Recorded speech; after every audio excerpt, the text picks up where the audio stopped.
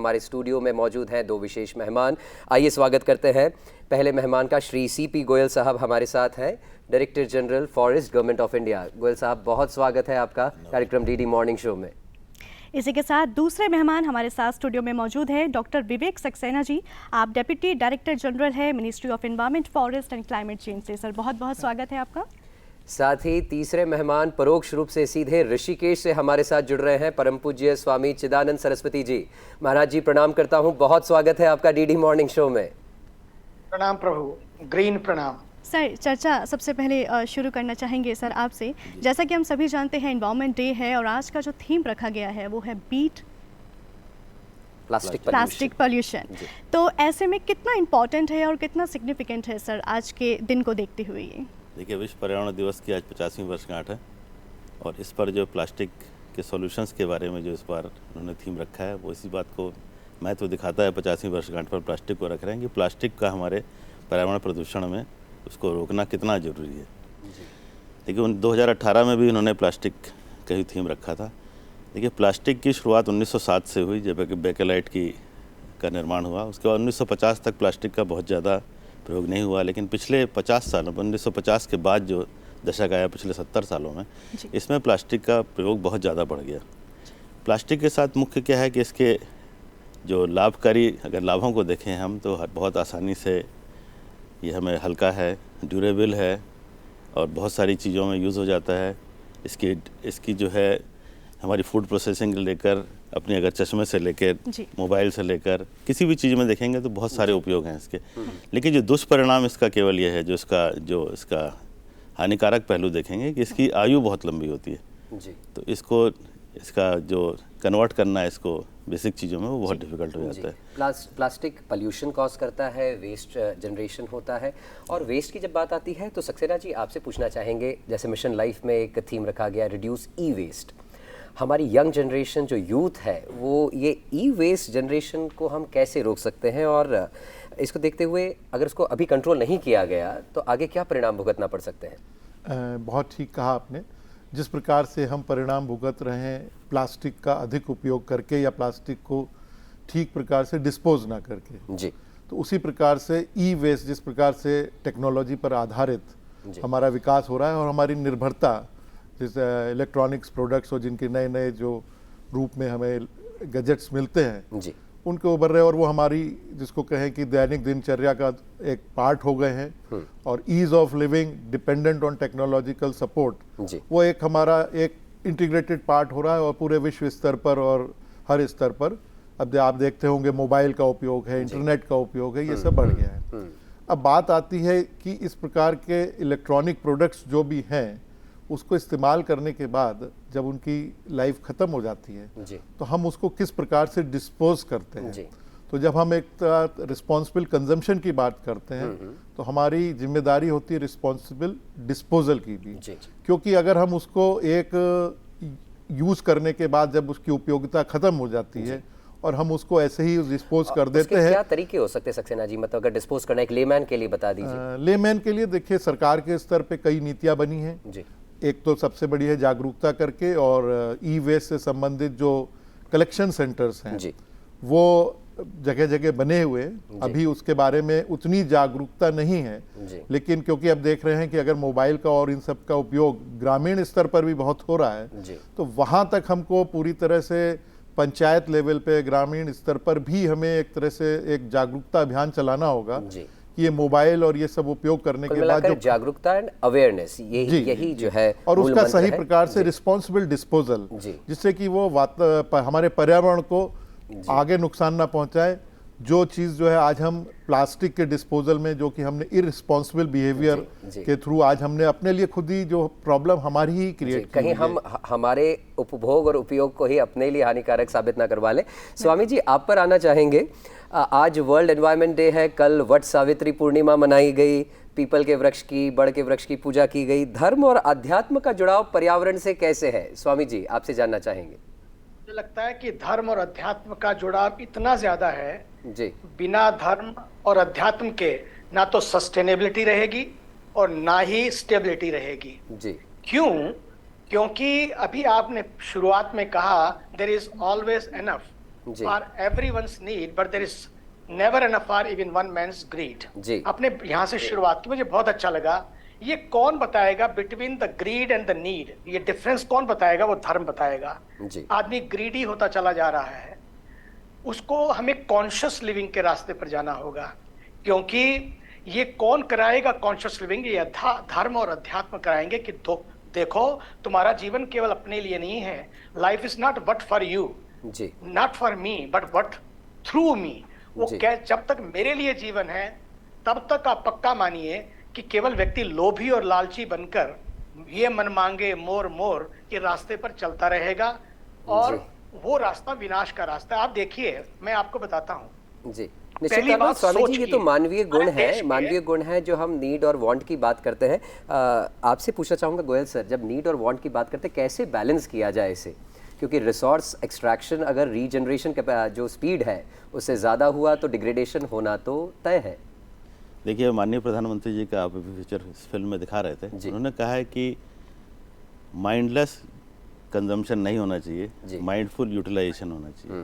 देखिए, कहीं ना कहीं हम आपको एक इक्विलिब्रियम स्थापित करना पड़ेगा अपने उपयोग में और उसके प्रोडक्शन में। जी। आप एंडलेसली उसको यूज़ करते जा रहे हैं। आज की तारीख में 80% हमारा जो मेरीन पोल्यूशन है वो प्लास्टिक से हो गया, क्योंकि हम उसका बिल्कुल माइंडलेस यूटिलाइजेशन कर रहे हैं। जी। ऐसा नहीं है कि हम किसी चीज़ पर अपने को संतुलित नहीं कर सकते हैं। हर चीज़ में हमको एक संतुलित अपना व्यवहार करना पड़ेगा। असंतुलित व्यवहार अगर करेंगे तो आज की जो भयावह दृष्टि, जो हमारा भयावह दृश्य आ गया, तो वही धीरे धीरे और भयावह होता जाएगा। सर, बीट प्लास्टिक पोल्यूशन, और हम लोग सब बात कर रहे हैं एनवायरनमेंट डे पे प्लास्टिक के बारे में। ऐसे में एक सवाल मन में उठता है कि क्या प्लास्टिक सिर्फ हानिकारक ही है? आपने बहुत सही पूछा। अगर खाली हानिकारक होता तो हमारा इसका उपयोग और प्रोडक्शन इतना क्यों बढ़ता? जी। 1950 में इसका कुल ग्लोबल लेवल पे प्रोडक्शन था 2 मिलियन टन, जो आज बढ़ के 230 गुना होकर लगभग 460 मिलियन टन हो गया है। अब जैसा कि डीजी फॉरेस्ट सर ने भी बताया कि इसका जो डिग्रेडेशन, या कहें कि प्लास्टिक जो एक बार आपके साइकिल में आ जाती है, लेकिन ये ऑटोमेटिकली ये नहीं है कि उसको आप डिस्पोज करते हैं तो ऑटोमेटिकली जो है वो आपके पर्यावरण में सर्कुलर इकोनॉमी के रूप में चली जाती है। तो कहीं ना कहीं विश्व स्तर पे अगर हम देखें तो 9.5 बिलियन टन जो है वो टोटल प्लास्टिक आज जो है, जो हमारे लिए चुनौती है, चाहे वो हमारे ओशंस हैं या हमारे रिवर्स हैं या हमारे, देखिए हम लोग तो उपयोग करते हैं, लेकिन उन प्रजातियों का क्या दोष है जिनको कि प्लास्टिक का उपयोग करके और हमने इररिस्पॉन्सिबल डिस्पोजेबल करके बिना इंश्योर किए कि ये प्लास्टिक इस प्रकार से उनके सर्वाइवल पे नुकसान कर रही है।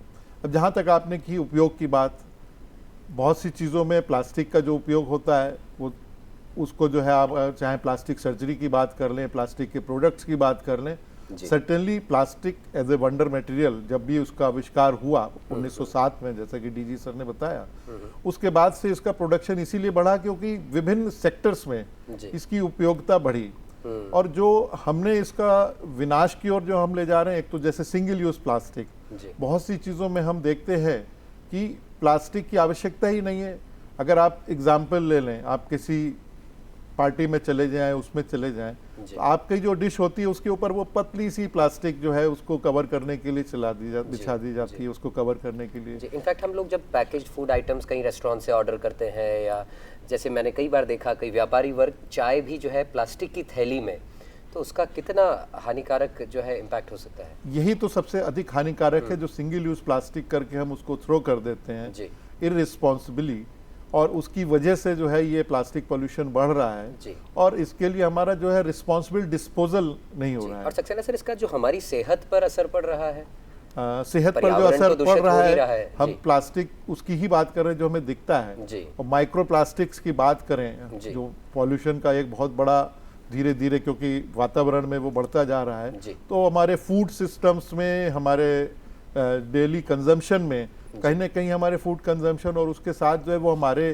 आ रहा है, जो हमारी हेल्थ को एज वेल इकोसिस्टम हेल्थ को और विभिन्न प्रजातियां जो हैं जिन पर कि हमारा अस्तित्व निर्भर है, जी। खाली मानव जाति ही नहीं है जिसका कि अधिकार है इस प्लेनेट अर्थ पे। सभी का अधिकार है। जब फूड की बात हुई तो वाटर की भी बात होनी चाहिए, वाटर कंजर्वेशन की बात होनी चाहिए। और चूंकि स्वामी जी हमारे साथ जुड़े हुए हैं जिन्होंने नदियों को लेकर बहुत काम किया है, स्वामी जी आपसे जानना चाहेंगे, ऐसा कहा जाता है कि जिस दिन नदी को, the day river becomes raw material, that day would be devastating. क्या विचार हैं आपके? मैं तो कहता हूं, मैंने कहा था बहुत पहले कि if Ganga dies India dies, if Ganga thrives India thrives. और मैं आपसे कहना चाहता हूं, कल की बात है और परसों की बात, हमारे यहाँ पर पर्यावरण महोत्सव चल रहा है जी। और उस पर्यावरण महोत्सव में देश के पूर्व राष्ट्रपति श्री रामनाथ कोविंद जी और हमारे भारत के ही नहीं पूरे विश्व की एक महान संस्था राष्ट्रीय स्वयंसेवक संघ के सरसंघ चालक साहब, राष्ट्र के दिशा देने वाले डॉक्टर मोहन भागवत जी यहाँ पर थे। हम जब गंगा के तट पर चल रहे थे, हम लोग एक ही बात कर रहे थे कि आज की गंगा जी को देखिए और पिछले 10 साल पहले के गंगा जी को देखिए। अद्भुत परिवर्तन भारत के ऊर्जावान प्रधानमंत्री, नदियों को बचाना है, गंगा ने मुझे बुलाया है। और जिस तरह से इतना स्वच्छ प्रवाह, इतना सुंदर जी। कल शाम को, आज सवेरे काल गंगा जी की आरती हुई, तब हमने देखा कि कितना अंतर आया है। अब ये अंतर क्यों आया? ये अंतर सोच से लाया गया। उन्होंने भारत की सोच बदली। अब सोच से ही हमारी शैली बदलेगी, जीवन शैली बदलेगी। फिर खाया फेंका, फेंका खाया, और ये जितनी चीजें हैं, इन चीजें हमें बदलना पड़ेगा। बंदगी, गंगा के तटों पर रहने वाले या नदियों के तटों पर रहने वाले लोगों को सोचना होगा कि गंदगी और बंदगी दोनों साथ साथ नहीं जाते, पूजा और प्रदूषण दोनों साथ साथ नहीं जाते। हम सब लोग जो नदियों को मां मानते हैं, पवित्र मानते हैं, उन सबको ये आगे बढ़कर आना होगा कि जल ही जीवन है, जल ही। अब हमारी जो जल अभियान है वो जन अभियान बने, हमारे जो जल क्रांति है वो जन क्रांति बने, हमारे जो जल मिशन है वो जन मिशन बने। इसलिए भारत में मैंने देखा है, भारत की सरकार ने और भारत के प्रधानमंत्री जी ने ये जो बात जाकर वहां उठाई यूनाइटेड नेशंस में, कि संकल्प लिया, किसके बल पर लिया? भारत के 146 करोड़ लोगों के बल पर, कि कैसे हम यूनाइटेड नेशंस में बैठकर अब यूनाइटेड और स्वामी जी, निश्चित वो संकल्प सिद्ध भी हुआ और प्रसिद्ध भी हुआ, क्योंकि आज हम वर्ल्ड एनवायरनमेंट डे पर बात कर रहे हैं उसी संकल्प की सिद्धि और प्रसिद्धि। बिल्कुल, और कुल मिलाकर स्वामी जी की बातों से हमें ये पता लगा कि ये सबकी साझी जिम्मेदारी है। सर, ऐसे में आपसे पूछना चाहेंगे कि हर व्यक्ति ये सोचता है कि मेरे अकेले के सोचने से या कुछ करने से क्या फ़र्क पड़ेगा, तो ऐसे लोगों को आप क्या सर कहना चाहेंगे, क्या संदेश देना चाहेंगे?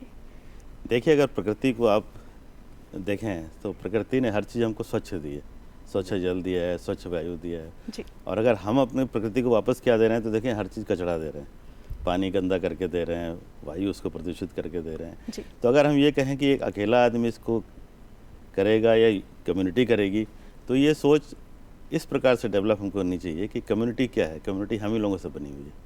अगर एक आदमी अकेला नहीं चलेगा या अपना काम नहीं करेगा तो कम्युनिटी में दूसरा आदमी भी यही सोचेगा कि भाई हम नहीं करेंगे। तो हर एक आदमी को अपनी जीवन शैली में बदलाव करना पड़ेगा। तो जो कहा गया है कि रिप्लेस करना है, रिड्यूस करना है, रिसाइकिल करना है, वो सब चीज़ें हमको अपनी जीवन शैली में अपनानी पड़ेंगी, तभी कम्युनिटी में एक जागरूकता आएगी और सब साथ मिलकर इस पर्यावरण प्रदूषण से हम लोग जो है मुक्ति पा पाएंगे। कम्युनिटी की बात की सक्सेना जी, मिशन लाइफ के तहत एक वचन, एक थीम रखी गई है जिसमें कहते हैं कि start biodiversity conservation at community level. तो कम्युनिटी लेवल पर कोई व्यक्ति, एक सामान्य सा व्यक्ति बायोडाइवर्सिटी कंजर्वेशन के लिए क्या योगदान दे सकता है? देखिए, कम्युनिटी लेवल पे अगर हम बात करें तो सामान्य व्यक्ति ही बायोडाइवर्सिटी कंजर्वेशन में योगदान दे सकता है जी। क्योंकि अगर आप देखें, आधुनिक जो जीवन शैली अपना के हमारी निर्भरता हो गई है, जो अगर किसी प्रकार की दिक्कत होती है तो हम मेडिसिन के लिए क्या करते हैं, हम केमिस्ट के यहाँ जाते हैं और केमिस्ट के यहाँ से उसका जो होगा रैपर, उसमें भी आप देखिए जगह जगह प्लास्टिक कहीं ना कहीं होगी। और बहुत सी चीज़ों के सॉल्यूशन लोकल लेवल पर उपलब्ध हैं। अगर आप देखें, हमारी नानी दादी, अगर आपको कुछ जुकाम खांसी इस तरह का कुछ भी हो, बुखार हो जाता था, तो लोकल लेवल पे आसपास तुलसी है, एलोवेरा है, इस प्रकार के जो ट्रेडिशनल नॉलेज थी और ज्ञान था, उसके उपयोग का जो है हम उससे सॉल्यूशन ढूंढते थे। और कम्युनिटी लेवल पे उनको पता भी होता था कि हमारे आसपास ये जो जैव विविधता है, विभिन्न प्रकार की जो प्रजातियां हैं, किस चीज़ का किस प्रकार से प्रयोग जो है करके हम लाभान्वित हो सकते हैं। लेकिन आधुनिकता के उसमें हमने धीरे धीरे जो अपना लाइफ स्टाइल अपनाया, उसमें हम उस पर ज़्यादा चले गए कि आसपास हमें जो है आपके बड़ी कंपनीज के जो है किस प्रकार के प्रचार से जो है होता है कि आप ये खाएंगे तो आपका स्वास्थ्य बड़ा अच्छा हो जाएगा, आपको विटामिन मिलेगा, आपको एनर्जी मिलेगा। ये सब तो प्रकृति ने आपको वैसे ही आसपास दिया है।